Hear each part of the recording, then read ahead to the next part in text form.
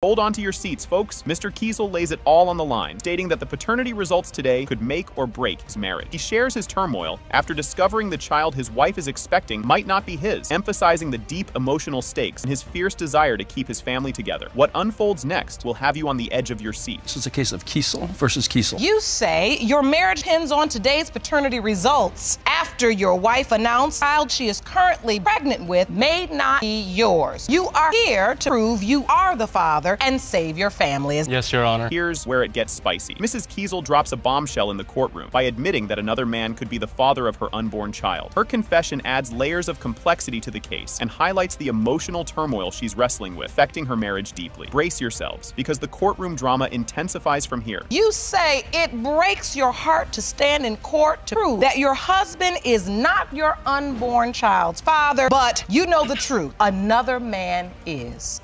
Yes, Your Honor. The plot thickens. The couple delves into how the infidelity revelation has rocked their marriage to its core, leading to relentless arguments and a heavy emotional toll. This segment paints a vivid picture of the deep personal and relationship turmoil sparked by the uncertainty of paternity. And guess what? It only gets more heated. My marriage has been put on the line. A month into our marriage, he had cheated on me. It led to where I might not be the father of this child. It was supposed to be a happy, great thing for us, and it's just problems and heartbreak and lots of issues for us. What is your day-to-day family life like? It's caused us a lot of issues. We argue nonstop about who the father is. Causes us to be very distant from each other. Get ready for an emotional roller coaster. Mrs. Kiesel describes the severe strain the paternity issue has put on both their marriage and her pregnancy. She talks about the cancellation of their baby shower due to the feud between potential fathers' families, illustrating the extensive impact of the situation. Hang tight. The next twist is just around the corner. It has affected me in a huge way, not only just our marriage, pregnancy as well, because it's hard for me to necessarily, yes, I'm excited for it, but it makes it harder when there's so much stress put into the pregnancy, rather than being everybody together, having a good, or like a baby shower. You're not going to believe this explanation. Mrs. Kiesel sheds light on the rushed nature of their relationship and marriage, confessing that she wasn't over her ex, which led to her infidelity. This revelation offers a glimpse into the personal conflicts that led to this courtroom drama. Emotional revelations keep coming, so stay tuned. Really rushed into a relationship. We had been dating on and off, but it was back and forth with my ex. We both have broke up a couple times over while we were dating. And then when we got married, it just was kind of like a let's go do this kind of thing. It was not necessarily young, but quick. So that, I think, has a big effect on it, is because I wasn't fully over my ex. Grab some tissues for this one. Mr. Kiesel shares the crushing moment he learned the pregnancy he had celebrated might end with a child that isn't his. This poignant moment highlights his vulnerability and the stark shift from joy to despair in his life. Just when you think it can't get any more dramatic, it does. Because you hope to conceive a child, you have to get the news that, oh no, but you cheated. We had been trying for a while, and she was in the bathroom. She walked out, told me she was pregnant, and I asked why she was crying. And she told me that there's a possibility that I might not be the father. I broke down myself. Thing that was supposed to be great, we'd been trying. We finally got it. I might not even be the father of it. Can you feel the tension? Mr. Kiesel clutches at straws, hoping physical similarities seen in ultrasound images, like the nose and lips, might prove his biological connection to the child. His desperate grasp for familial ties amidst uncertainty is touching yet fraught with anxiety. What comes next will surprise you. We have a nose that looks a lot alike. Mine goes down and then bubbles at the end. With the ultrasounds that we had, the child had the same kind of nose. It appears that you have a similar nose to the child. We have fat upper lips. I see it in the ultrasound as well. I want our marriage to work, and I want everything to be fine. And get ready for some expert insights. Dr. Samantha Brown Parks steps in to discuss the hereditary nature of clubfoot, a condition Mr. Kiesel hopes might link him to the child. This expert testimony introduces a scientific angle to the paternity puzzle, thickening the plot as we near the big reveal. The suspense is building, folks. Whether or not Mr. Kiesel is this child's biological father, having a physical condition that runs in his family, a clubfoot, is this something that is hereditary? So clubfoot happens in about 1 in 1,000 live births in the U.S. Fairly common birth defect. 1/4 of those have a family history of someone having a clubfoot also. And now, a moment we've all been waiting for. The courtroom holds its breath as the paternity results are finally disclosed. It has been determined by this court. Mr. Kiesel, you are the father.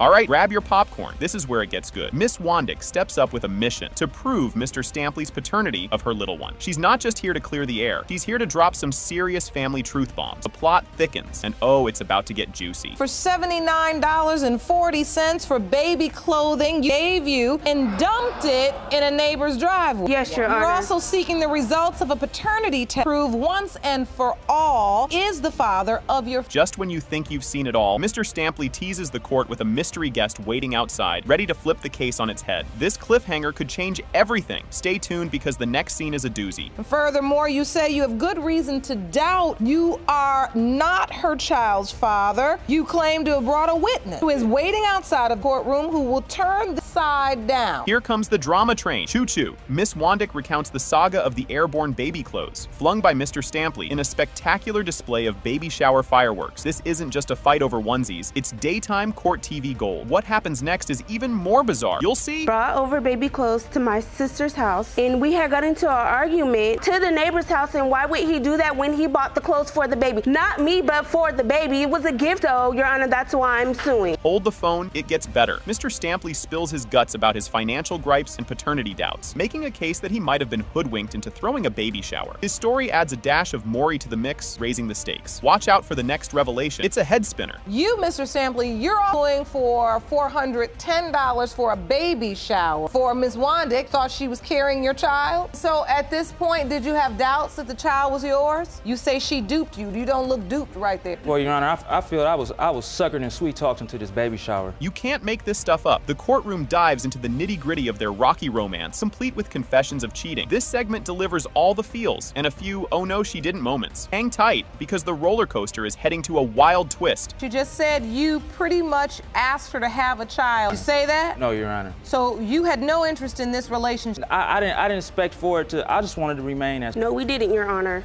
Not and one so, time. when you found out you were pregnant... I'm pregnant. I went away for 30 days, Your Honor. I went to jail. Bet you didn't see this coming. We explore how Mr. Stampley's stint behind bars stirred the pot in their love stew. The trust is crumbling, and the love boat is definitely rocking. The upcoming testimony, it's like reality TV on steroids. Returning home from jail, I was over at a friend's house. She was acting real funny, so Your I just Honor. asked her, I said, man, did you cheat? So I started feeling some type of way. I'm like, did you cheat on me? I mean, what's going on? Yeah, I did cheat. Oh. So she admitted that she cheated. I did, Your Honor. I admitted that I cheated on him. Like he said, we was at his friend's house. Time for some truth tea. The secret witness finally makes an entrance, ready to spill the beans and possibly shatter Mr. Stampley's world. This testimony isn't just revealing, it's explosive. Brace yourself, because the DNA results are up next, and they're a real game changer. And your relationship to the defendant is? Yes, ma'am. But you are the defendant's witness. What do you know about this? I caught my sister cheating on Mr. Stampley while he was incarcerated. I was taking my kid home. When I returned home, she was in the bedroom with another man. Really? Yes, ma'am. And now, the moment we've all been waiting for. Drum roll, please. The DNA results light up the courtroom.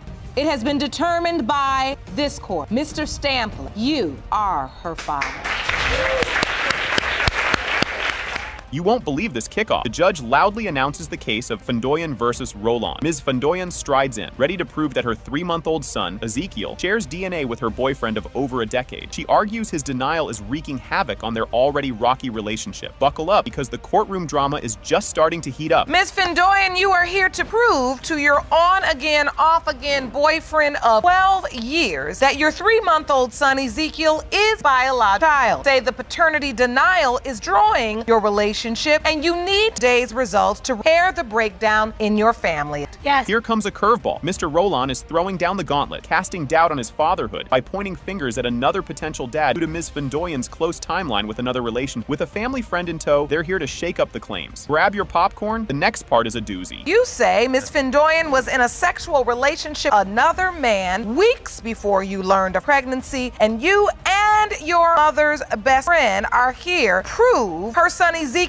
is not biological child. Yes, Your Honor. So things are heating up. Tempers flare as a fiery exchange breaks out over who the real daddy might be. The judge steps in to dial down the dramas, insisting on courtroom decorum. Ms. Fondoyan stands her ground, confident in her calendar and sure of the father's identity. Hang on. He keeps denying my son, constantly denying him. Family is always putting a bug in his ear. It's not your child. He don't look like That is not my child at all. You're gonna say honestly, I know who I slept with. With me, you was with somebody else at the same time. Like, I know who I lay in bed with, and I know the days I thank you very much. Gonna have to use court-appropriate language. Oh, the plot thickens. Ms. Fondoyan spills the tea on finding Mr. Roland sporting a fresh set of hickeys after vanishing for 2 days. He counters, claiming their off-again status gave him the freedom to frolic. The story twists next, so stay tuned. This man says he's going to the store. Going to the store, you know, you wouldn't think nothing of it. Your man going to the store. 2 days, where you at? I go to his family house, and what do I see? Opens the door with a chain of hickeys all over his neck. Mr. Roland, why did you have hickeys all on your neck? Because we weren't together. I was able to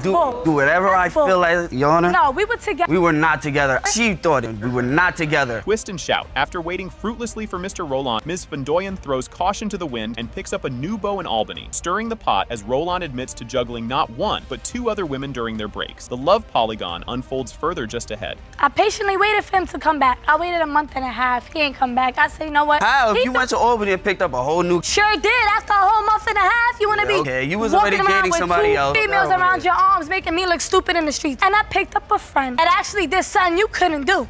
Can anyone keep up? Despite the chaos of their on and off romance, these two find themselves magnetically drawn back together, creating a whirlwind of custody claims and paternity puzzles. Their complex love saga dives into deeper waters next. He kept coming back, Your Honor, like a tail. No. You kept calling me. And I just kept taking him in. You know, we already have one together. Why not? So I'm going to sleep with you. She was sleeping at the same time with someone else. First, yes, I went back and forth. Yeah, so how are you going to try to pin this child on me? Because personally, I know what that is not my child. That is not my child, Tanya. Hold the phone. A buddy of Mr. Roland's throws a wrench in the works, accusing Ms. Fondoyan of dodgy date doctoring to pin the paternity on Roland. As suspicions swirl, the evidence tabled next could turn the tide. I went to the doctor's office, gave me my due date, and it falls onto the days that we were messing around. Saying you were still messing with him on the 7th, and you messing with me on the 8th, and found out you're pregnant, so okay then. So there you go. You can't make this stuff up. Ms. Fondoyan whips out a calendar loaded with liaisons, blurring the lines on when conception could have occurred. The court huddles over this pivotal plot point, dissecting dates like a CSI episode. What's revealed next will throw you for a loop. So, Ms. Fondoyan, you submitted a calendar to the court, outlines the window of time you were having sex with Mr. Roland again. You say you started to have sex with him again on May. If we go to the next page, you also indicated you were having sex with other man where it's outlined in red. May go to the window of conception. This just in, living together but not together.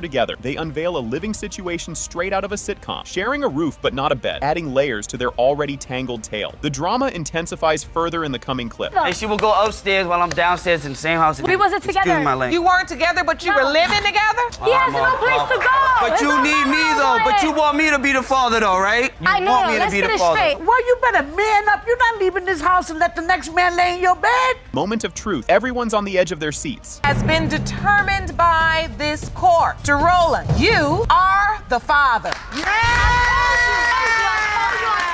The stage is set for some courtroom drama. Ms. Harris kicks things off by claiming that her roller coaster relationship of 15 years with Mr. Sterling has resulted in a little one, who Mr. Sterling is apparently not eager to claim. She's here to set the record straight and make him face his responsibilities. Strap in, folks, because this is just the warm-up. Ms. Harris, you claim that your 15-year on and off relationship with Mr. Sterling has produced a baby that he is trying to get out of helping raise. To prove paternity, force him to step up. All right, Jan. Sterling steps up, and boy, does he look shook. He lays out his side of the story, frustrated and fed up, denying the child is his. He's looking for a DNA test to cut ties and hopes to wipe his hands clean of the whole affair. You'll want to stick around because Ms. Harris is about to turn up the heat. Mr. Sterling, you say Lena told you her son, Kason, was not yours, and you are tired of care of another man's baby. You've come to get the DNA you need to remove your name from the birth certificate. Finally, get Ms. Harris of your life. Yes, Your Honor. Things get real as we hear about the baby's first birthday. The courtroom gets a dose of reality with talks of first birthdays and more, pulling at the heartstrings of everyone listening. This is not just about the drama, it's personal. Just when you think it can't get more intense, the accusations start to fly. So he'll be 1. I had him on my birthday last year. And so, Mr. Sterling, it's almost 1 year. No help, no support? That's not my baby, and I'm going off of what Charity is telling me. True. It is his baby. She tells me when we get to arguing. Because he get on my nerves, and I don't want him to be in my life. Like, he want to move on and move out his life. I do too sometimes. I hate I even met him. And the gloves come. The accusations Accusations fly as both sides dive into a tit-for-tat about cheating and who's responsible for what. It paints a not-so-pretty picture of their tumultuous time together. Next up, watch as they try to untangle their messy timeline. And he was cheating the whole time I was pregnant. Before That he is a cheated negative. the whole That is a time. negative. And Even if he was cheating, that's bad enough, and we don't want known that in this courtroom. Question concerning paternity would surround whether or not we're sleeping with somebody else. No. Judge Lake dives into the nitty-gritty with a calendar. The judge tries to piece together the puzzle of their relationship timeline with the help of a calendar Mr. Sterling brought. Each date seems to thicken the plot. Hang tight, because Ms. Harris is about to drop some knowledge. And you submitted a calendar to the court. ma'am. First date on this calendar says the doctor's appointment was on March 21st. And the doctor says in Ms. Harris 6 to 8 weeks. And you had on Valentine's. If we count back 6 to 8 weeks, 1 week, 2 weeks, 8 weeks, that is the last in January.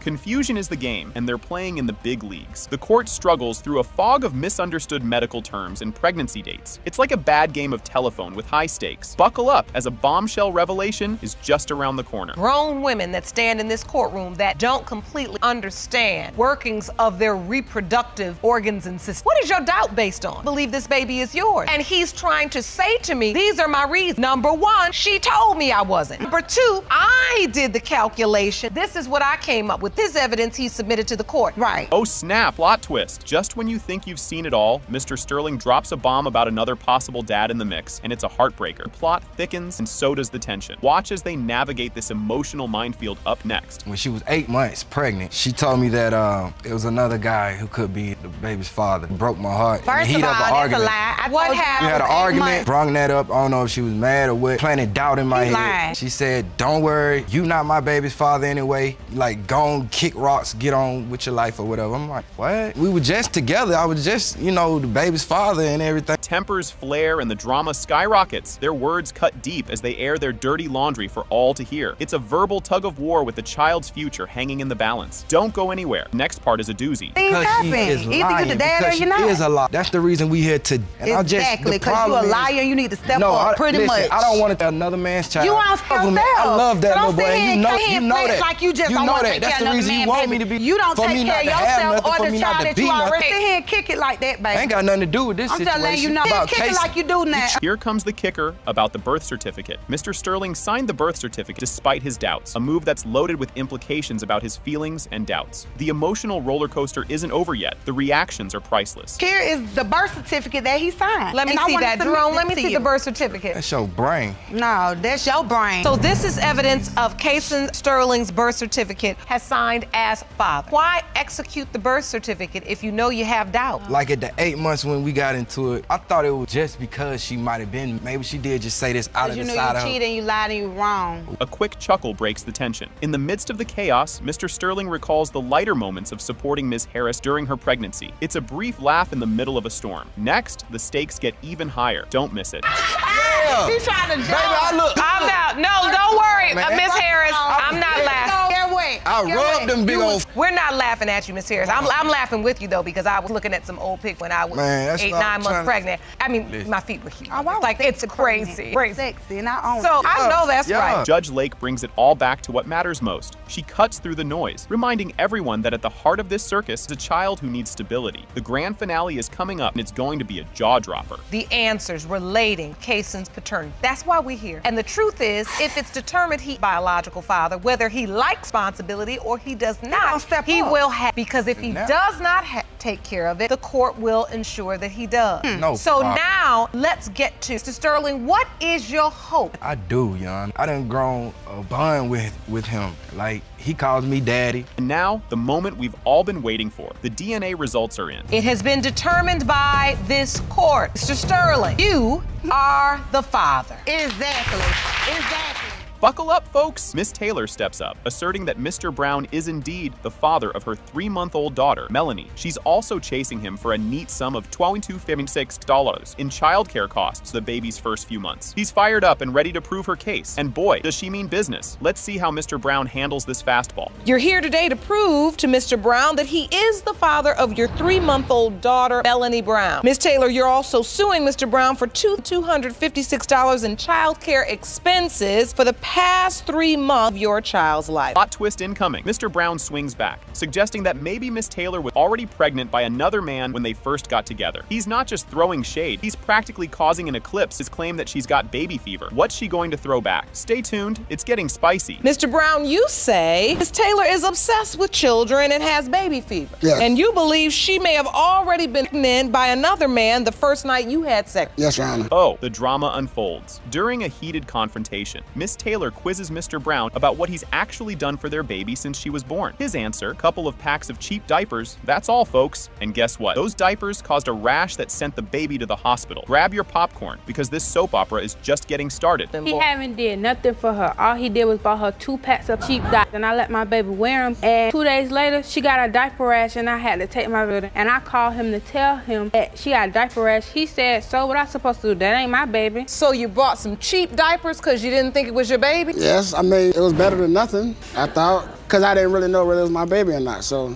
You can't make this stuff up. We dive into their backstory. They met at a club during Miss Taylor's 18th birthday bash. Mr. Brown, the charming older man at 32, seemed like a catch at the time. But as we peel back the layers, it's clear this relationship started on shaky ground. What's next in this telenovela? You won't want to miss it. I met him at the club. It was right after my 18th birthday, and I went to taking and dance with my friends. And he came up to me and was like, "You're beautiful, and I like to get to know you." And back to his place. Well, she was more asking me to my place. No, I wasn't, Your Honor. He was coming on to me. He came up to you in the club, and he was how old? 32. Did he really just say that? In a tit-for-tat exchange, Miss Taylor accuses Mr. Brown of being all about babies on their first night together. He denies it, suggesting she might have been the one with a bun already in the oven. The accusations are flying faster than a reality TV reunion special. What will the judge make of all this? It's about to go down. This is my first time meeting her. She talking about, "Oh, do you like babies?" or "How do you feel about?" I'm thinking that she was already pregnant. And yet you still went ahead and had sex with her.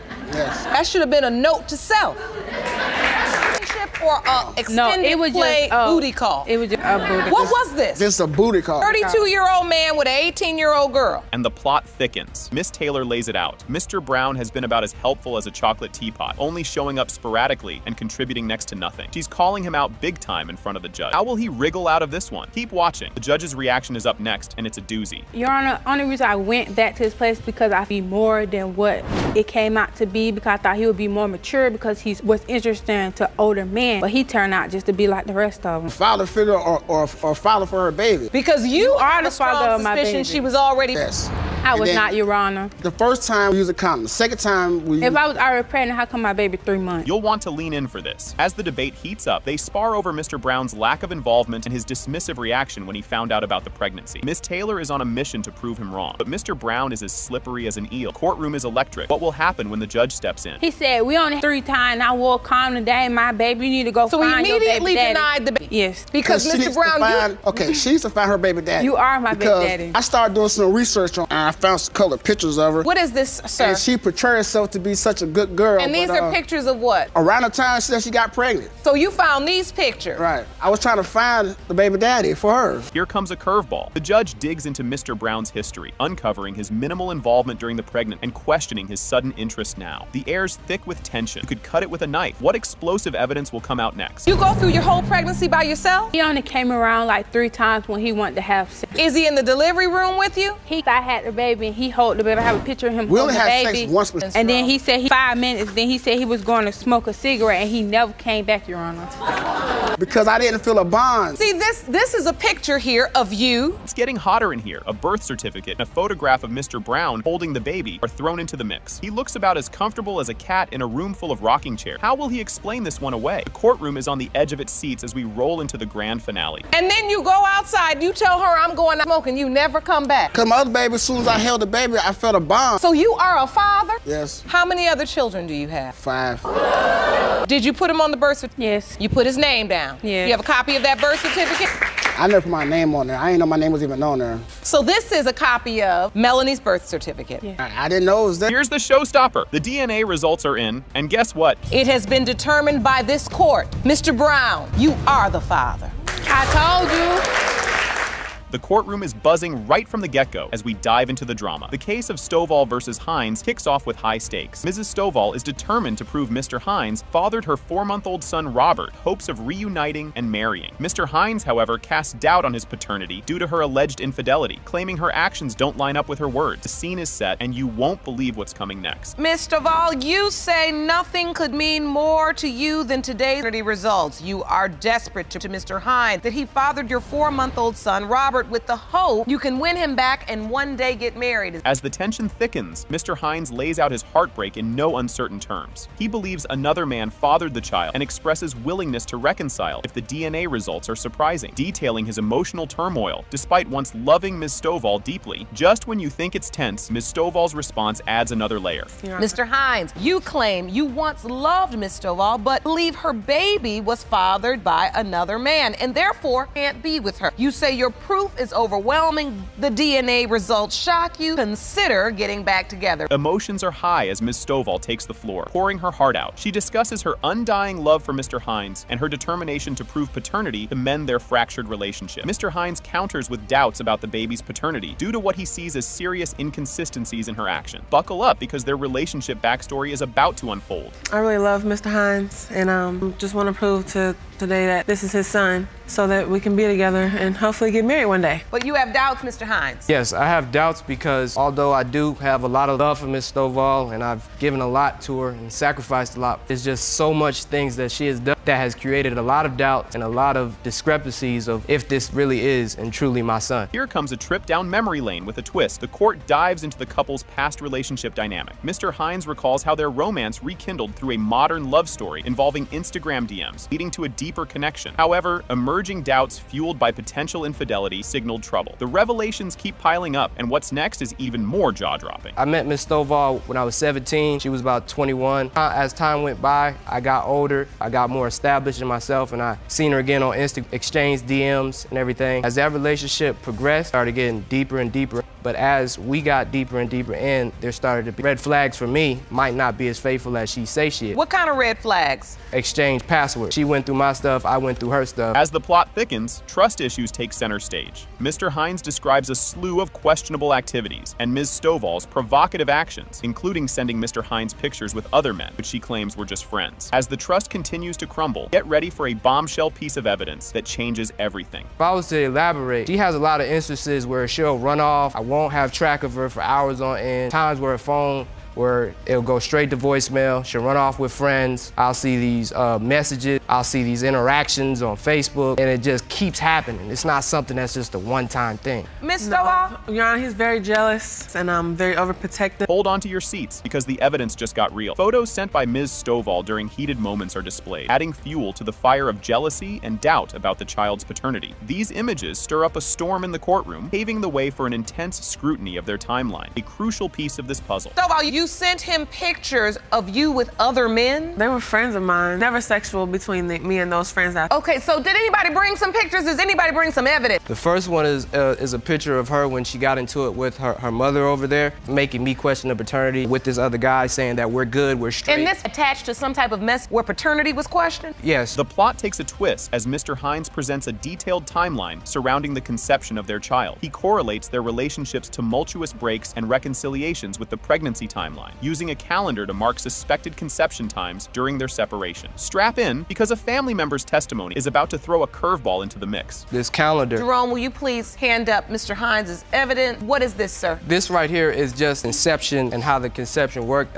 Would it be okay if I walk up? Yes, you may approach. Something. Early June. She was living with me and my mother and my stepfather at the time because we all had her. She was living there. Came back from work. She said she went out with a friend and she hasn't been back since such and such time. You won't see this coming. A surprise witness steps up. Ms. Stovall's mother takes the stand, offering her reluctant endorsement of Mr. Hines as the biological father, despite her reservations about the couple's volatile relationship. She hints at the possibility other biological fathers, given her daughter's questionable behavior. Just when you think you've heard it all, DNA results are about to drop. Do you think Mr. Hines is your grandson's biological father? Yes. I don't want him to be, but... And you've heard the testimony thus far concerning pictures she sent, compromising photos, videos, men talking to her on Facebook, that there could be another biological father. Okay, so it's always a possibility. I wasn't there if she did that, so I can't say that. So what you're saying is you can't that. say for certain. Yeah. As the courtroom holds its breath, DNA results are finally revealed. Mr. Hines, you are the father.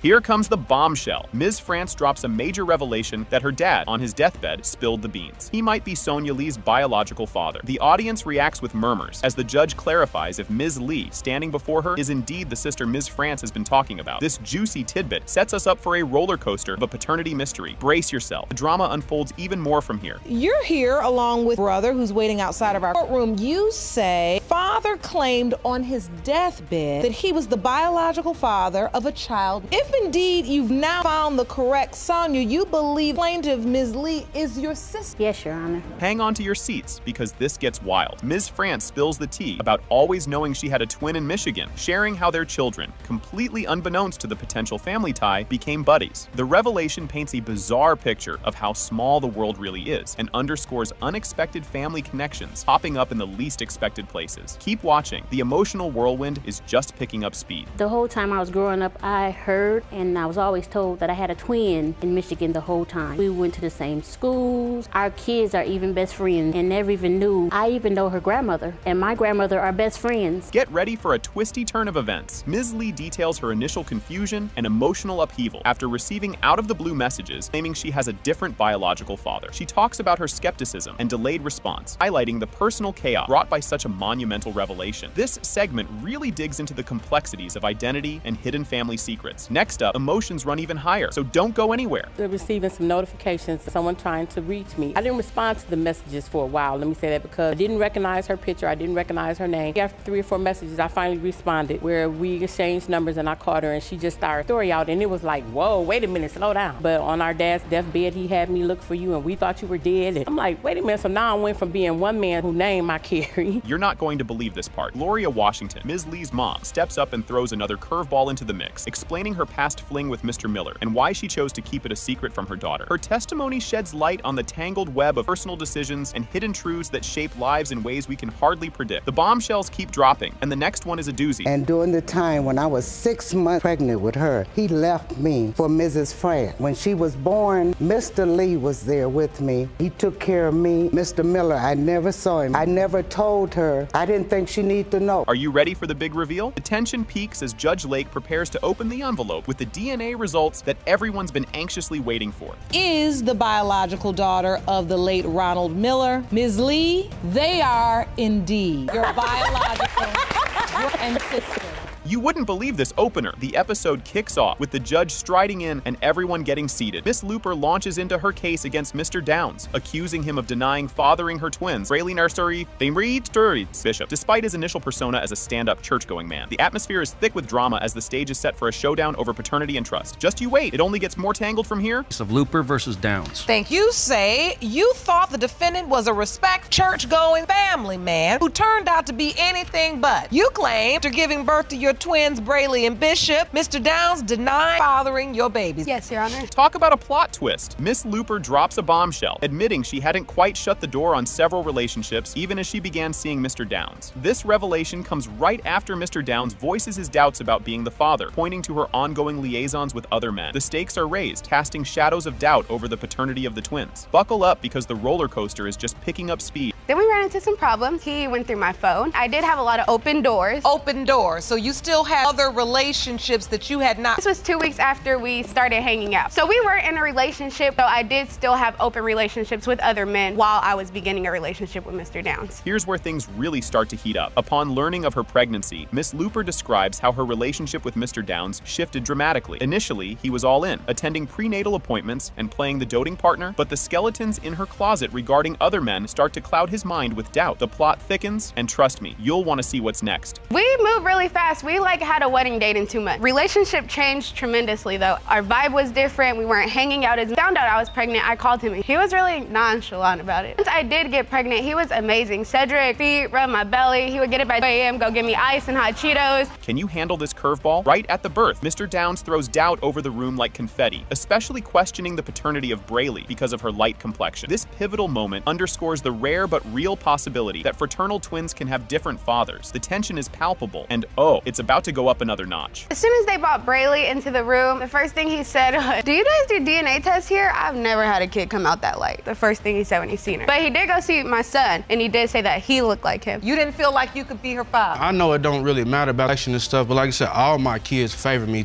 just extremely, you know what I'm saying? And I looked at Bishop, I seen more Bishop in me than Brayley. At the same time, like I said, I know there's another man been involved. This part is a real tearjerker, folks. As the relationship hits rock bottom, Miss Looper makes the heart-wrenching decision to pack up the twins and move to California, seeking refuge and support away from Mr. Downs. This major twist not only shakes up their personal lives, but also sets up a legal quandary over the twins' paternity and Mr. Downs' role in their future. Hang on, because the emotional fireworks are just beginning. For several reasons, I was unhappy with our relationship at this point. I'm gonna have to move back with somebody's mom, and they're gonna be uncomfortable with me. They're like, I'll take it from my mom, not yours. I just felt more comfortable going home.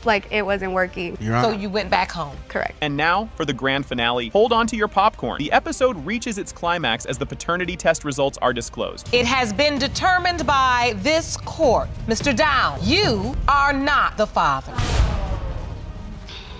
Can you believe the nerve? Mr. Kidd lays it all out, accusing Ms. Rawlings of leading him on to believe he was the father of her son, Nathaniel, only to flip the script when she met someone else she preferred. He and his mom spill the beans about how Ms. Rawlings' alleged deception has thrown their family into emotional chaos. Mr. Kidd is rock solid in his belief that he's Nathaniel's dad. Just wait until you hear Ms. Rawlings' side of the story next. You say Ms. Rawlings is a manipulative user who convinced you that you were the father of her son, then changed her mind when someone better came along. You and your mother say Ms. Rawlings' mind game, emotional havoc on your family, and you are 100% positive are her son's father. You're not ready for this comeback. Ms. Rawlings claps back hard, claiming Mr. Kidd was in the loop all along about not being the dad, thanks to his earlier confession of infertility. She accuses Mr. Kidd and his mother of desperately clinging to a false hope of paternity, and she's all set to bust their bubble in court today. Keep watching. The judge is about to dig into the juicy details. You say Mr. Kidd is fully aware he is not Daniel's father, as he himself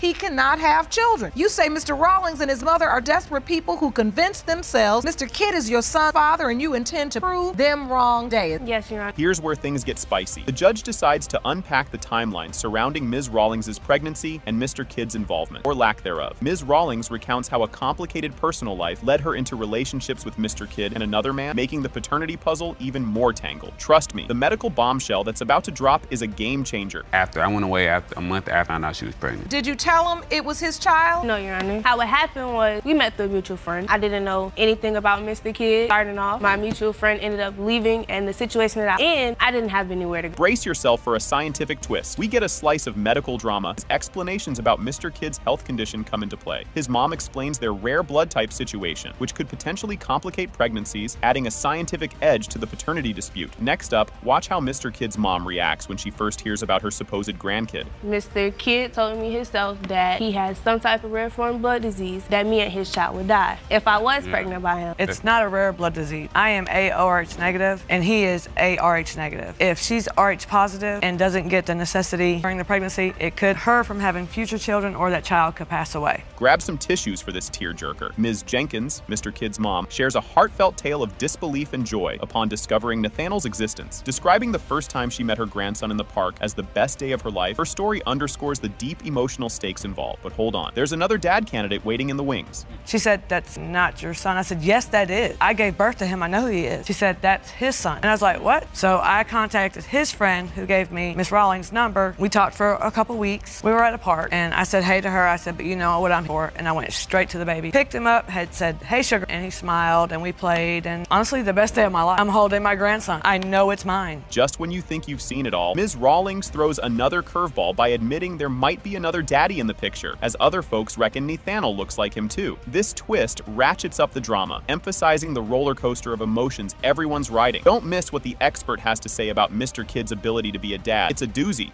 Yes, he did, because he was the one that actually told me to get a test to see if I was pregnant. He actually reached back out to me because he had some other situations going on, looking at pictures, and he questioned it again. He was like, "Are you sure the other guy, your child's father, because he looks like me?" And going through, even his brothers said, "Yeah, he has our father knows he. The other guy thinks Nathaniel looks like him too. Fasten your seatbelts for some expert insights. The courtroom calls in Dr. Gator to shed light on Mr. Kidd's fertility situation, debunking myths and clarifying his medical history, which could influence his ability to father children. DNA results are just around the corner, and you won't believe the outcome. So I think there's two separate issues here. There was an issue about RH incompatibility. Yes. And that has to do with a mother and a baby, and if there's different blood types between the father of the baby, positive. But that really doesn't have anything to do with the ability to a child. And so there are various childhood infections, mumps to repeated urinary tract infection to STIs like gonorrhea and chlamydia. Those can cause inflammation in the test, which then causes scarring. Get ready for the big reveal. In a stunning turn of events, the DNA test results confirm It has been determined by this court. Mr. Kidd, you are the father.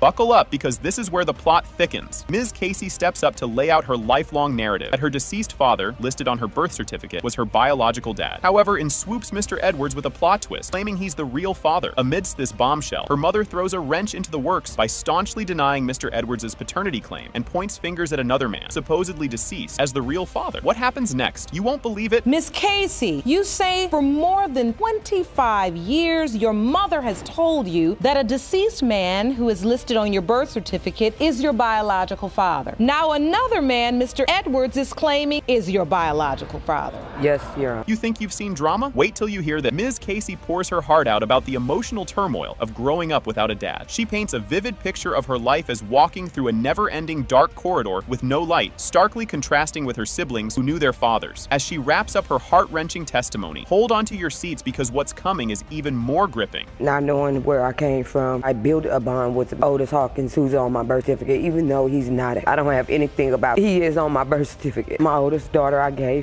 raised my kids the way that I have never been raised. I make sure that the mother and the father is in the home, and they know exactly who their father is. Just when you think it couldn't get more intense, here's a curveball. Ms. Ewing drops a bombshell that the courtroom didn't see coming. She was informed that Mr. Hawkins, the man listed as the father, was shot dead years ago. The crowd gasps, the stakes are high, and the plot just got thicker. Keep watching, because the next moment is a doozy. I called his cousin to see did she want to spend time with LaConda. Informed me then that he had been shot in the head by his brother. LaConda was 7 years old. When I was told that, I didn't want to tell her until she got older. I didn't know how to tell her, and I'm telling you exactly what I was told. Hold the phone. This part's a real tearjerker. In a heartfelt confession, Mr. Edwards reveals his attempts to reconnect via social media, igniting a sliver of hope for a father-daughter relationship amidst the chaos. This revelation stirs the pot further in this already complicated emotional saga. Just when you think you've seen it all, the next twist is right around the corner. So you reached out to her on social media. I was looking for them. I am so sorry. I felt like this. Lost one boy.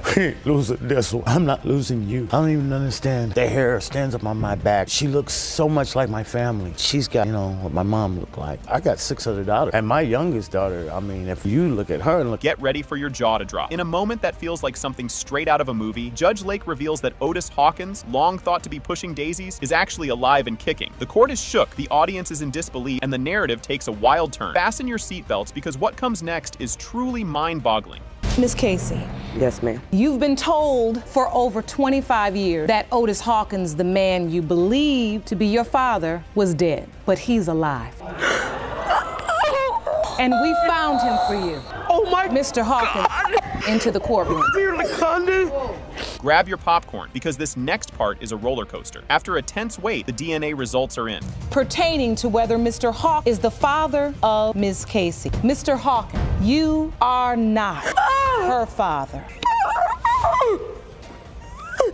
Can you believe that claim? Miss Ellis opens her statement by alleging she had a brief fling with Mr. Coger 3 years prior, which she believes resulted in the birth of her son, Zamorian. She's clearly invested in the outcome and eager to prove paternity through a court-ordered test. Just watch what unfolds next. Ms. Ellis, you claim you had a brief fling with the defendant 3 years ago. Soon after, you ended up pregnant, and now you prove that he fathered your 3-year-old son. Yes, Your Honor. Mr. Coger wittily claims it would be a scientific anomaly if he were the father, expressing strong doubt about Miss Ellis's allegations. The courtroom erupts with laughter, underlining the skepticism and disbelief surrounding his denial of any romantic involvement with Miss Ellis. You won't believe what unfolds next. You argue it would have to be a medical miracle for you to be her child's father, and you're asking the court not to order a paternity test. Yes, Your Honor. What a bold denial. Mr. Coger defends his stance against the paternity test by simply stating, because we never slept together. His straightforward refusal sets the stage for a legal and personal showdown, igniting murmurs of disbelief among the spectators. The tension mounts in the following segment. Why do you oppose the test? Because we didn't have sex.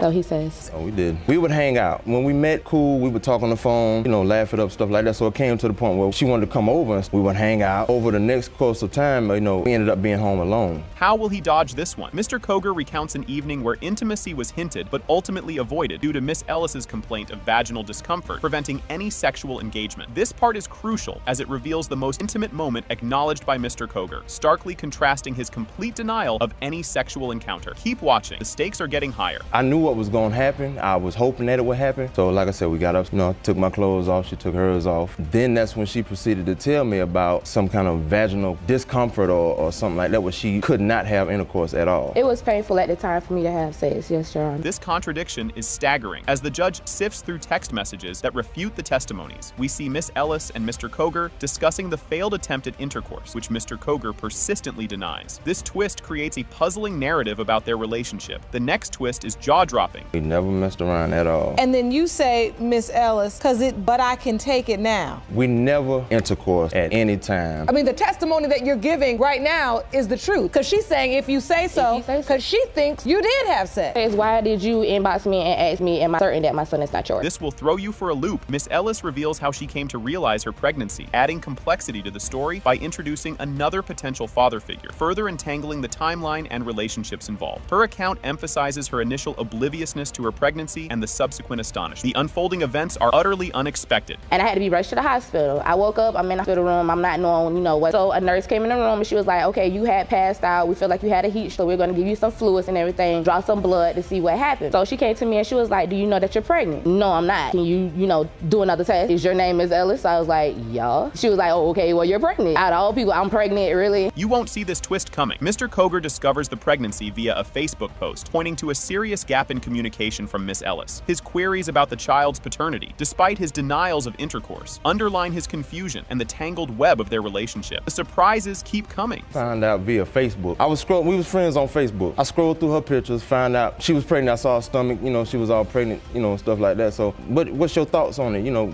do you somehow think that it might be mine? Say, do I somehow think it might be yours? You say, is it mine? I said, do you think the baby is mine? And what did you say? This revelation adds a whole new dimension. Miss Ellis confesses to having been intimate with another person shortly before her supposed encounter with Mr. Coger, casting doubt on the paternity and complicating the case with the possibility of multiple partners being involved. Gear up for the next bombshell. You were intimate with someone else? Yes. Without protection. Point blank ask, how's the baby? Do you think it's mine? The baby's doing okay, and no, I don't think it's yours. Was that the truth, or were you just saying? I just didn't want him involved. Because I was with somebody else, and they said that it was going to be there, so what's the point? This decision is crucial. Judge Lake opts to order a paternity test based on the testimonies and evidence laid out, aiming to clarify the muddled stories and ascertain the truth for the sake of the child. The outcome is going to be jaw-dropping. Mr. Coger, you came into this courtroom today asking the court not to administer paternity tests. Your petition, Ms. Ellis, is that I believe there is sufficient evidence. I am ordering that you all leave this courtroom immediately, have the test administered. This result is a major twist. Pertaining to 3-year-old Zamarian Johnson. Mr. Coger, you are Zamarian's father. And the tension in the courtroom is thick enough to cut with a knife. The episode kicks off with Judge Lake greeting everyone warmly and introducing the drama-packed case of Pace versus Fobbs and Randolph. Mr. Pace, visibly anxious, shares his fear about potentially not being the biological father of his son, Prince, setting a somber tone for what's to unfold. Just wait until you hear what comes next. It's a doozy. You may be seated. It's a case of Pace versus Fobbs and Randolph. You say you will be crushed today if DNA results reveal you are not biological father of your son, Prince. Yes, Your Honor. Hold on to your seats, because this confession is a whirlwind of emotions. Miss Fobbs admits to making a horrible mistake by being intimate with both Mr. Pace and his best friend, Mr. Randolph. She clings to the hope that Mr. Pace is the biological father of her son, revealing the complicated personal dynamics at play. You'll be glued to your screen for what's up next. Things are about to get even juicier. You say you were caught between the man you're in love with and his best friend. You admit you made a horrible mistake when you slept with both men, but you say you're still, with all your heart, that Mr. Pace Pace is your son's biological father. This revelation is a bombshell that drops heavy on everyone's hearts. Mr. Pace unfolds the story of how he discovered the betrayal during a heated argument when Miss Fobbs blurted out that Mr. Randolph could be Prince's father. The intensity of this revelation sends shockwaves through the courtroom. Buckle up, because the revelations are just getting started. Well, that's interesting.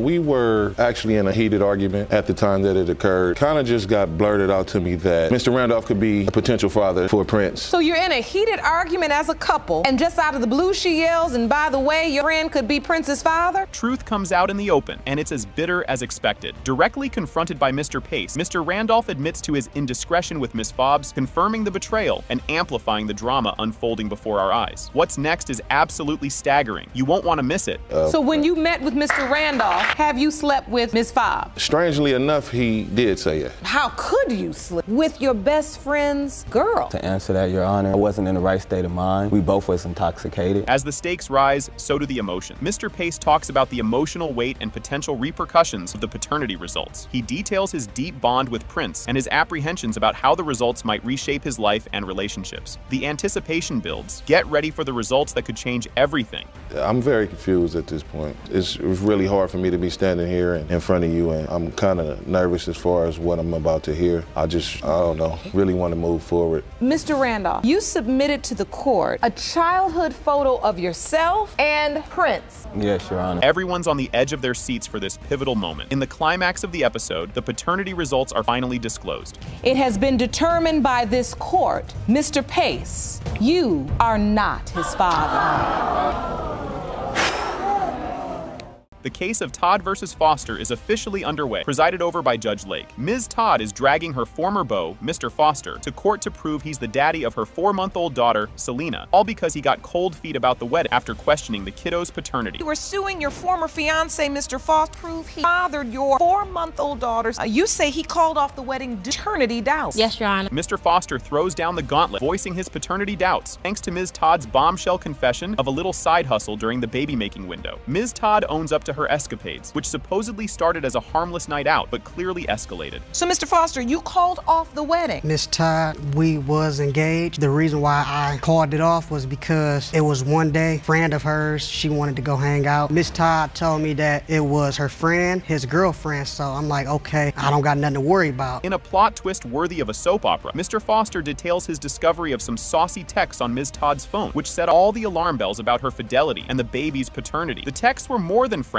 igniting a wildfire of drama and doubt. I normally don't go through phone at all. Her phone just kept on buzzing, and a text message said, it was good, I want some more. In my mind, I'm thinking like, be my fiance, seeing this. Went out with a friend and stayed out all night? Yes, Your Honor. So did you sleep with him that night? Yes, Your Honor. Under the stern gaze of Judge Lake, Ms. Todd spills the beans on not just one, but multiple nights of indiscretions. She details another rendezvous with the same gentleman, again with protection, further tangling the web of who's the dad. Go to the store, get something to eat, then we went back to the play, and it just happened. We used protection. Sound like y'all was planning it to me. So was this the only time you had sex? You didn't know that, Mr. Foster? This is my first time ever hearing about the second time. Mr. Foster recounts the whiplash of feeling joy at the pregnancy news, only to be slammed by memories of Ms. Todd's cheating spree. This bombshell led him to ditch the wedding plans and question whether he was indeed the father. Did you tell the other guy you were pregnant? It was the possibility that he wasn't the father. So no, I did not tell the other person. He found out on pictures on Facebook. Did he ever think he was the father? Because you know protection is not 100%. Yeah. You know that. Yeah. As the emotional stakes rise, Mr. Foster confesses his inner turmoil about signing the birth certificate amidst his doubts, driven by a longing to be the father he never had. His tale is a tearjerker, showing just how deep the roots of personal history can go. The reason why was because I was the only guy that was there that had stepped up. So you came to the birth. At that moment, you just stepped up, or did you say, I really think I'm this child's father now? Well, it was like more, I'm gonna step up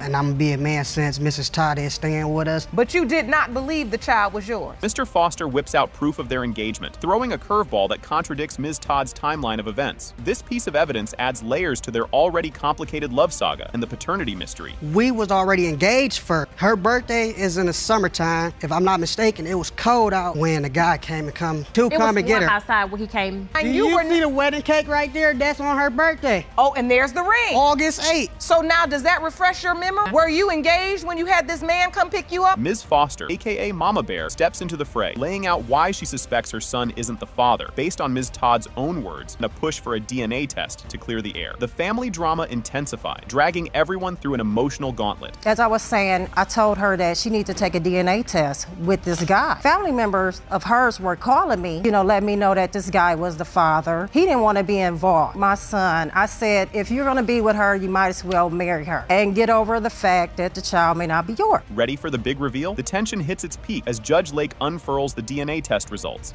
It has been determined by this court. Mr. Foster, you are her father. Oh, I told you was her father. Can you believe this drama unfolding right here? Mr. Roll asserts he is not the father of Miss Gadelian's twin daughters, adamant in his belief that her infatuation is the only reason she's pointing the finger at him. He paints a picture of Miss Gadelian's behavior as over-the-top obsessive, detailing her relentless presence around him and her sneaky snapshot tactics. If you thought this was juicy, just wait until you hear what's up next. Mr. Roll, you are here to prove you are not father of Miss Gadelian's twin daughters. You say she's infatuated with you and that's the reason she wants her babies on you. Yes, Your Honor. Did that just happen? Out of the blue, Miss Gadelian stands her ground, confidently declaring that Mr. Roll is undoubtedly the father of her twins. She paints a heart-wrenching picture of abandonment, detailing how he left her to fend for herself with 2 babies, her heart shattered into pieces. The drama ramps up from here, so keep your eyes peeled. You say there is no question Mr. Roll is father of your twins. You say he left you with 2 babies and a broken heart. Yes, Your Honor. Wasn't that a plot twist? In a turn of events in court, Mr. Roll dives deep into Miss Gadelian's so-called obsessive antics, accusing her of taking countless photos of him without his permission and practically haunting his workplace. This revelation dives into the nitty-gritty of their complicated interactions, highlighting a serious clash over personal boundaries and alleged over-the-top behavior. Buckle up because the courtroom revelations are about to get even more intense. Your Honor, she's obsessed with me. She would take pictures of me.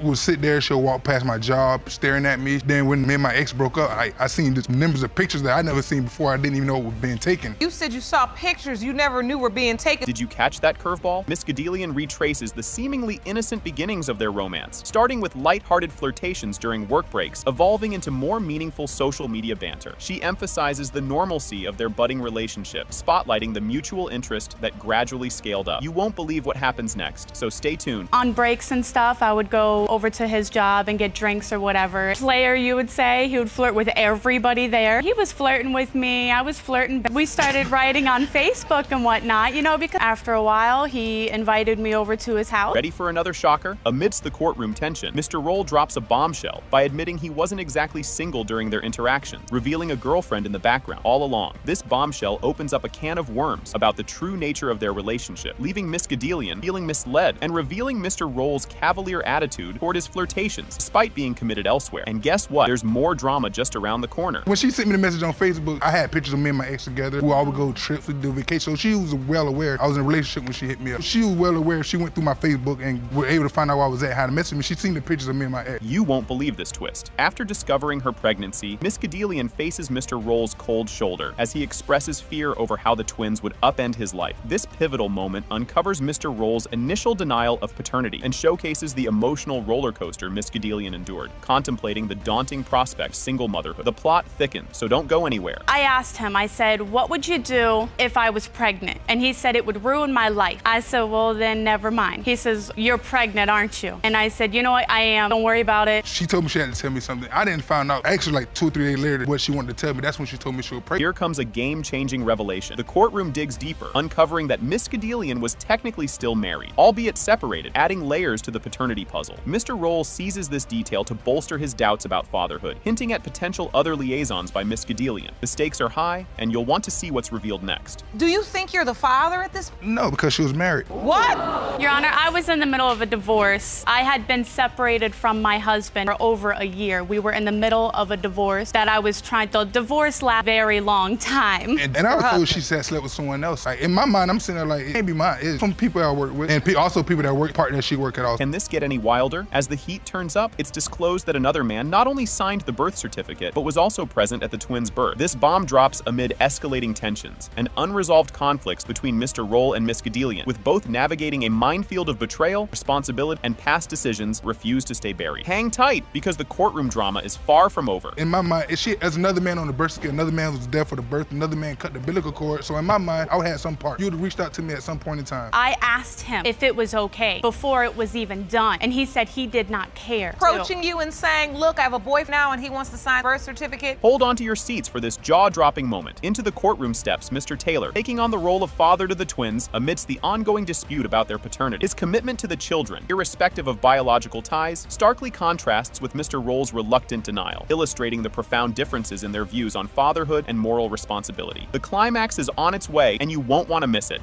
You signed the birth certificate, these beautiful children, when they were born, and you were also at the hospital Miss Gedelian delivered. I was. Me and Sarah had built a relationship. I knew she was pregnant. Obviously, I knew they weren't mine. There was rumors that they were Willie's. There was rumors saying that they weren't. After our relationship, I didn't care. I just knew that the man wasn't around. Are you ready for the grand finale? Tension reaches its peak as Judge Lake prepares to unveil the DNA test results. It has been determined by this court. Mr. Roll, you are their father.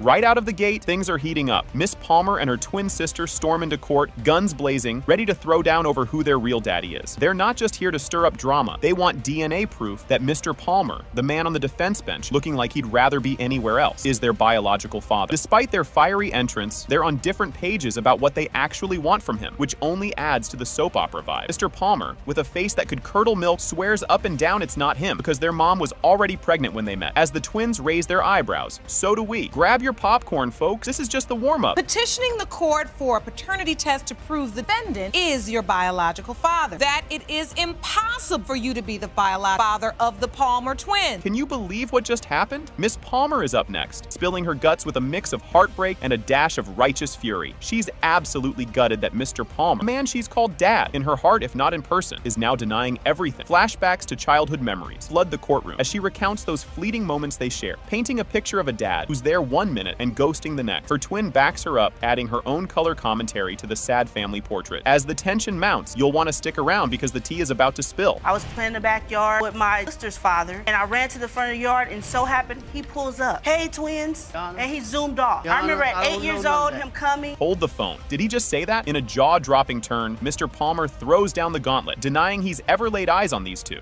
The twins are having none of it, serving up a heated rebuttal with a side of, "Are you kidding me?" This standoff has the courtroom buzzing as they detail every chance encounter with a man who seems to have a PhD in hit-and-run parenting. Their frustration is palpable, and Mr. Palmer's denial are about as sturdy as a house of cards in a windstorm. Don't touch that die, because the sparks are about to fly even higher. It was a time when we were 11 years old, right? Came home from, then you have a big brown van. Oh, we my came God. home with There's our something mother. wrong with this as brain, soon as young. we walked in, this man, you guys look just like he was sitting at our kitchen table. Just when you thought it couldn't get more tangled, here comes the Backstory Express. The court dives into the nitty-gritty of timelines and possible deceptions, with Mr. Palmer narrating a tale that sounds more like a daytime TV plot than real life. He claims he was duped about the pregnancy timeline, using it as his get-out-of-fatherhood free card. The details pile up, and so do the doubts, as everyone tries to keep up with his story that's slipperier than an eel. The stage is set, my friends, for revelations that might just flip the script. Here's number one. She's already pregnant. My mother was a You better virgin. watch out. Yeah. This before we even talked. Well, As I start took her talking to a home with my pregnant woman. sister, they worked together. I drop them off. We got to know each other a little bit. Wait, did he just drop a family tree bombshell? Mr. Palmer, perhaps in a bid to distract from the current drama, shares that he's got enough kids to start his own small village. This little gem adds layers to the mystery. How does a man with a double-digit brood keep all his stories straight? The implications are as juicy as they are complex, with family ties that could probably strangle a soap opera cast. Fasten your seatbelts. We're heading into a family feud that could make Thanksgiving look like a tea party. Did I ever had a DNA done on? And that was because I asked for it because I was 60 years old and had a baby. Still having And kids. my daddy had 32. And the only reason I asked for a DNA at that time because I wasn't sure. You'll need a scorecard to keep track of this emotional roller coaster. The twins lay it all out, their voices thick with emotion as they detail a lifetime of missed father-daughter dances and unanswered birthday wishes. They paint a vivid picture of a father-shaped hole in their lives, making a compelling case for Mr. Palmer to step up and face the music. Their heartfelt plea tugs at the heartstrings, maybe even a juror or two. But will it sway the man in question as we gear up for the next bombshell? Remember, the plot always case thickens in paternity court. Since she got in contact with this man, my sister, that this man has said we're not his kids. And she said and that. This man could look in our face and sit here and say, not our father. After all that, you should have inquired about his and made sure that the other two, besides the 10. Here's a twist. Enter stage right, Mr. Palmer's daughter, who could double as his public relations manager. She's all praises and defense for her dad, throwing a lifeline to a man currently swimming in hot water. Claiming her father's always been Mr. Honest, she presents a stark contrast to the twins' narrative of neglect and abandonment. As she stands by her dad, courtroom is split. Whom to believe? Keep watching, because the family drama is about to reach soap opera levels. These girls feel like my dad is their father and he hasn't been in their life. If he had any doubt in his mind, I'm sure he would have stepped up to the plate. I'm sure he would have asked for DNA. So and when I reached out to we heard about it. We heard, Mama told me as a kid that just when you think you've heard it all, another Palmer offspring enters the fray, echoing his sister's sentiments with a solid dad's no deadbeat declaration. This sibling tag team attempts to shore up their father's crumbling credibility, insisting he's as reliable as gravity. Yet, as they recount family tales that conspicuously exclude the twins, the plot thickens enough to cut with a knife. The stage is set for a showdown that could rival any season finale. Don't go anywhere. The climax is up next. I've always known about the girls, I've always heard through family members about the girls, but I've never been able to. I actually, since we share the same last name, I claimed him as my sister. I mean, I've never laid eyes on him either. This is my first time seeing him. He's always been consistent with his story. Cue the dramatic music. It's envelope time. As the judge grips the results that everyone's been waiting for, you can cut the tension with a chainsaw. Will the DNA test prove Mr. Palmer is the father, or will it vindicate his vehement denials? Either way, the family tree is about to get some new branches or have a few chopped off. As we brace for the big reveal, remember, in paternity court, expect the unexpected. What happens next could rewrite everything. You are their father. You genuinely look surprised, Mr. Palmer, and emotional. How do you feel? He would have been there. In a surprising twist right at the start, Ms. Murphy claims that after a brief but passionate relationship with Mr. Miles, she became pregnant, and now that he is married, he wants to deny their 3-year-old son. She passionately expresses her frustration and disappointment with Mr. Miles' refusal to acknowledge their child. Strap yourselves in, because Mr. Miles' rebuttal is just as jaw-dropping. Passionate relationship offended Mr. Miles, and then you became pregnant. Now you say he's married and won't forget he has a 3-year-old son. Yes, Your Honor. In an explosive response, Mr. Miles firmly denies paternity of the child, suggesting that whispers and rumors from friends and family hint at another man being the biological father. The audience gasps in surprise at his adamant denial. Keep your eyes peeled. Ms. Murphy's comeback will have you on the edge of your seat. The only person you're trying to forget is Ms. Murphy. Yes, Your Honor. You deny her son and say her friends and family have told you another man is his biological father. As the plot thickens, Ms. Murphy recounts how Mr. Miles reacted negatively when she announced her pregnancy. She accuses him of shirking his responsibilities, pointing out his refusal to support or even recognize their child, which earns a round of applause from the audience. Things are about to get even spicier, with accusations flying back and forth. I don't want you to have this baby. This is not okay to make that baby, but he can't be man enough to take care of it. The paternity test, and that's not any true. other way, he said he didn't have the money for it. If that's the case, Your Honor, we would not be here. It would already been taken care of. Just when you thought it couldn't get more heated, Mr. Miles throws a curveball by accusing Ms. Murphy of being unfaithful, citing an incident involving hickeys from another man. Ms. Murphy vehemently denies these claims, insisting she was faithful and deeply invested in Mr. Miles during their relationship. Buckle up. The judge is about to step in and shake things up. 1 minute, she's pregnant by me. She'd tell me, I asked her, what's the reason you got hickeys on your neck? It's a lie. When I was talking to him, I was only talking to him because I was so busy. I really liked him at the time that we were seeing each other. I was not talking to anybody. With confusion hanging in the air, Judge Lake delves into the nature of their relationship, with Mr. Miles describing it as casual and non-committal, which starkly contrasts Ms. Murphy's narrative of their past involvement. The twists keep coming, and what follows will leave you questioning everything. We were cool, we were friends, I wouldn't say it was a relationship. Yeah, her family members told me specifically the family members that you were sleeping with. They told me that she was getting around. Family members that he was sleeping with told him Miss Murphy, she knew that. In a critical turn of events, Judge Lake lambasts the lack of convincing evidence from Mr. Miles regarding his paternity doubts, emphasizing that trivial incidents like hickeys are hardly a basis for denying fatherhood. The stage is set for a dramatic twist as a new testimony turns the tide. Because I know what type of woman I was dealing with, the type of stuff that you let me see this stuff. She don't got no stuff. The hickeys on her never neck. had hickeys. Yeah. Thank you. So move forward from that. My evidence is that every male and female know what sex smells like. She came over to my house. Raising the stakes, Mrs. Miles, the current wife of Mr. Miles, steps up to testify, shedding light on the timeline of her relationship with him and her discomfort with the chaotic introduction to Ms. Murphy's child situation. situation. What she reveals next will definitely stir the pot further. Come on now. And the child is 3 years old. I went over there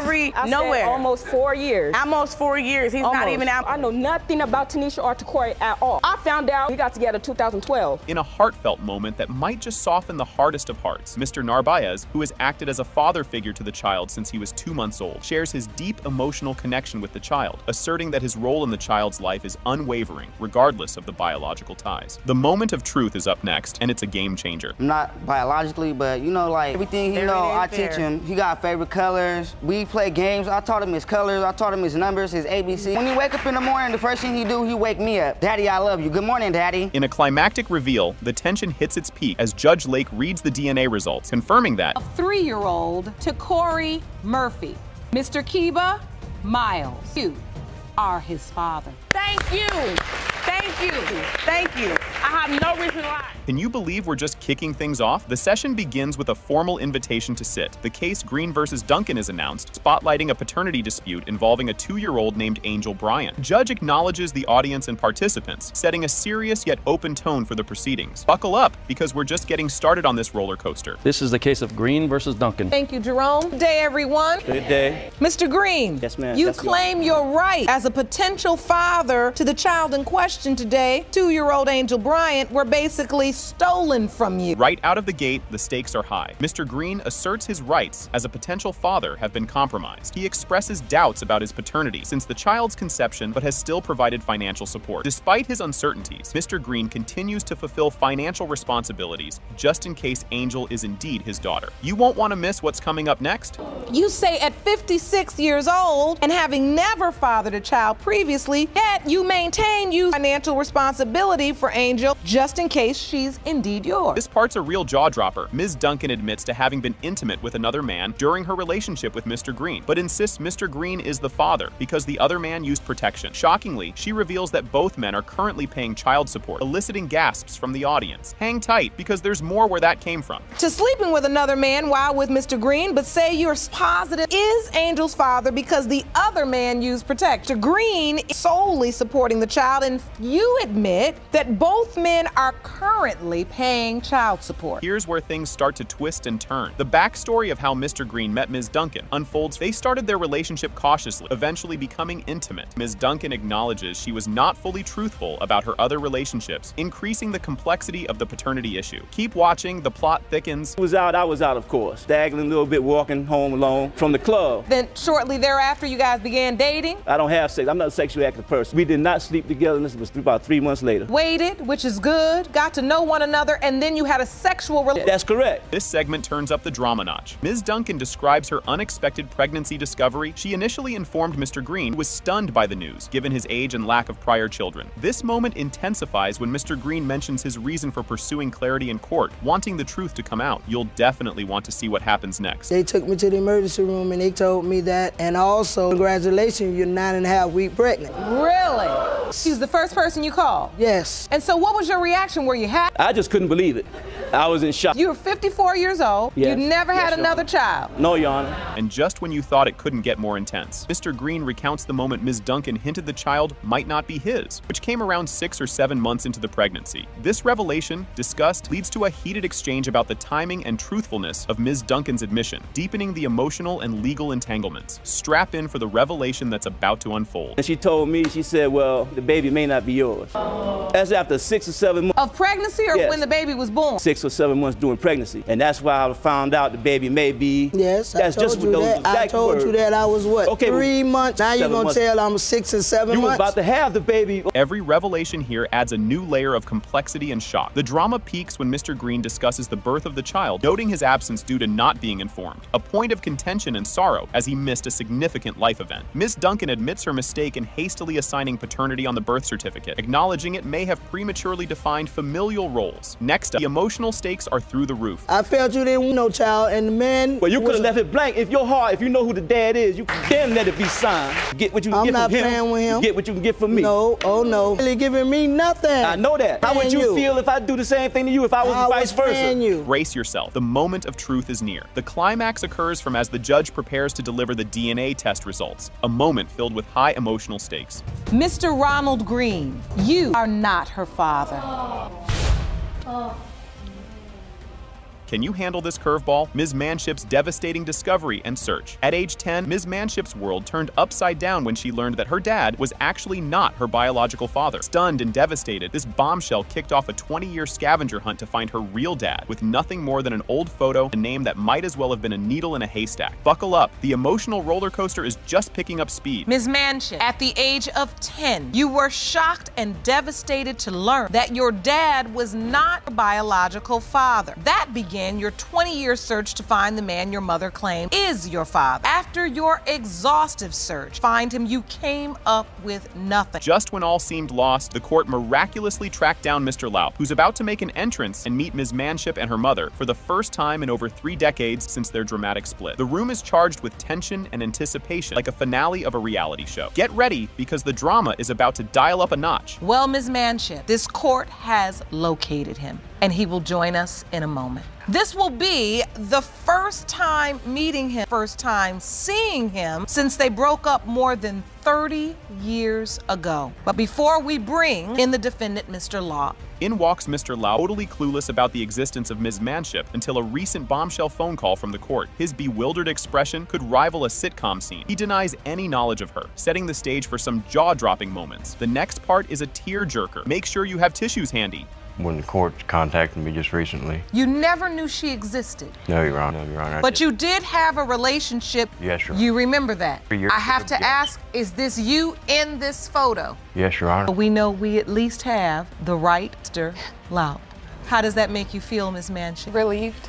Ms. Manship shares her tireless efforts to find Mr. Laup, from internet deep dives to asking strangers in chat rooms if they knew her dad. True detective in the making. Her dedication is both heartbreaking and oddly inspiring. Don't go anywhere. You'll want to see how Mr. Laup reacts to all this. Since my early teens, I've searched everywhere. I've searched phone books. I've searched online. I've asked people, and I've never had a response from, in the past 20 years, nobody has ever given me even a single detail, or where he lived, if he has any family. I don't know anything. You had no hope until this court tracked him down. Yes. The plot thickens as Ms. Lutman dives into the soap opera of her past relationships, with Mr. Laup and another mysterious man making the paternity question as clear as mud. As they untangle the timeline of who was where when, the suspense builds. It's like a reality TV show cliffhanger, and you'll be on the edge of your seat. Well, I only wanted to keep one. You did?